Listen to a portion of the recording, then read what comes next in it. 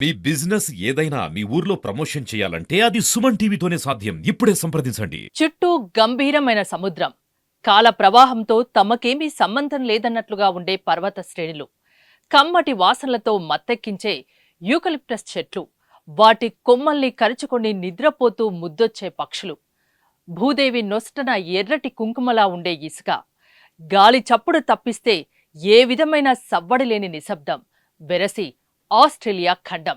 సాధారణంగా ప్రకృతి అందమంతా గలగలా పారే నదుల్లోనూ పచ్చని పంట పొలాల్లోనూ ఉందని అనుకుంటుంటాం. కానీ ఆస్ట్రేలియా ఖండాన్ని చూసిన తర్వాత ఎవరో చిత్రకారుడు ప్రశాంతమైన మనసుతో కుదురుగా కూర్చొని గీసిన బొమ్మంత ఎర్రగా అందంగా ఉంది కదూ అనిపిస్తోంది. ఇంతటి అందాల్ని తనలో దాచుకున్న ఆస్ట్రేలియా ఖండంలో చూడదగ్గ విశేషాల్ని ఇప్పుడు తెలుసుకుందాం.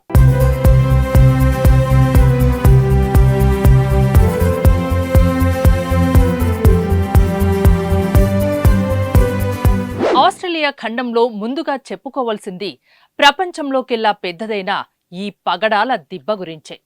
భూమికి చాలా ఎత్తు నుంచి కూడా ఇది కనిపిస్తుందని చెప్తుంటారు. ఇందులో దాదాపు 3000 చిన్న చిన్న కోరల్ రీఫ్లు ఉన్నాయి. ఈ రీఫ్ పొడవు 2300 కిలోమీటర్లు కాగా ఇది ఆస్ట్రేలియాకు ఉత్తర భాగంలోని క్వీన్స్లాండ్ తీరానికి సమాంతరంగా ఉంటుంది. బ్రిస్బేన్ నగరానికి దగ్గరగా ఉండే కేన్స్ అనే చిన్న ఊరు నుంచి జలాంతర్గామిలో సముద్రంలోకి కొంత దూరం ప్రయాణిస్తే ఈ గ్రేట్ బారియర్ రీఫ్ ని చేరుకోవచ్చు. దాదాపు 2000 కంటే ఎక్కువ రకాల చేపలు ఉండే ఈ రీఫ్ ను చూసిన తర్వాత మనకు ఇంకే ఆక్వేరియాన్ని చూడాలన్న మనసొప్పదు.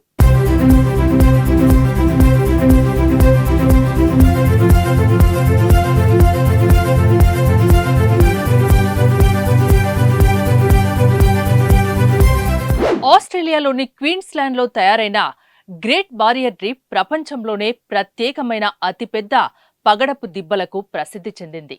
ఈ పగడపు దిబ్బలు ప్రపంచంలోని సముద్ర జీవ వైవిధ్యానికి హాట్ స్పాట్లుగా పరిగణించబడ్డాయి. వాటిని సముద్ర వర్షారణ్యాలు అని కూడా అంటారు. పగడాలు సాధారణంగా తక్కువ లోతులో మాత్రమే కనిపిస్తాయి. సూర్యరశ్మి లేకపోవడం, ఎక్కువ లోతులో ఆక్సిజన్ ఉండడం వల్ల పగడపు దిబ్బలు సముద్రంలో ఉన్న జీవులచే విడుదలయ్యే కాల్షియం కార్బోనేట్ తో తయారవుతాయి. అయితే కొన్ని వాతావరణ మార్పుల కారణాల వల్ల 1981లో ఈ ప్రాంతాన్ని వరల్డ్ హెరిటేజ్ గా ప్రకటించారు.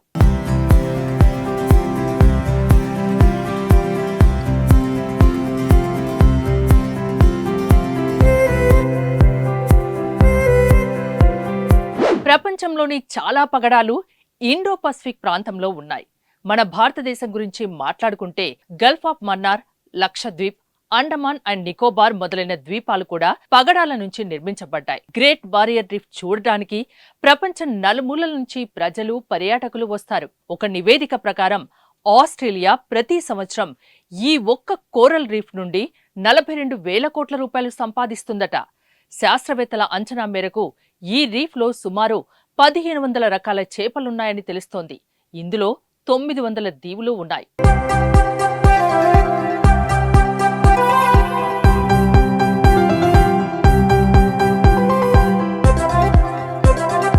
ప్రపంచంలో ఉండే ఇలాంటి రీఫ్లలో 20% మేరకు ఆస్ట్రేలియా చుట్టూ ఉండే సముద్ర ప్రాంతాల్లోనే ఉండడం విశేషంగా చెప్పవచ్చు.